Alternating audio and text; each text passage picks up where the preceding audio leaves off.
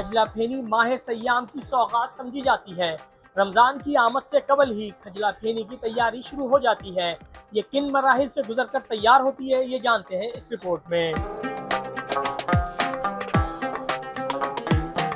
ये खजले फेनी की तैयारी खजले की 2 दिन पहले शुरू होती है और फेनी की 15 दिन पहले तैयारी होती है। और ये एक रमज़ान की सौगात ही है जो कि आवाम इसको चाहती है। और ये मैदा और घी से इस तैयार होती है। फेनी के लिए पहले जो है ना मैदा गूंदते हैं, उसके बाद इसके पेड़े बने। आधा किलो का एक पेड़ा, पेड़े को बीच में सुराख करके खोल दिया, उसकी रस्सी नुमा बन गई। फिर उसको घी में डाल दिया, उसमें फिर जो है उसको घी में लपेट के छोड़ दिया। कुछ टाइम लगेगा कि जैसे आटा ताज़ा गूंदते हैं टाइम लगता है, फिर उसको टाइम लगता है। जब वो सेट हो जाए फिर उसको खींचते हैं। अब आधे घंटे बाद फिर उसको खींच के बिल्कुल बारीक हो गया और उसका सहज बना लिया।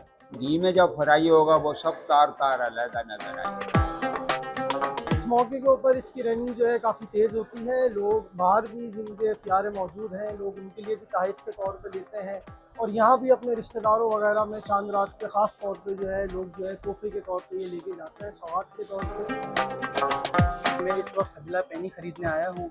रमज़ान मुबारक के बाबरकत महीने में आते ही खजला फेनी की डिमांड बढ़ चुकी है। घर के लिए भी और एक हमारे दोस्त नैरोबी में कीनिया में होते हैं, उनके लिए भी बाहर पार्सल करवाने का इंतज़ाम है। खजला फेनी रमज़ान में बहुत अच्छी रहती है, भारी ग़िज़ा है, यानी कि सुबह आप सहरी में इसको खा लें तो पूरा दिन बहुत अच्छा गुजरता है, पुरसुकून गुजरता है।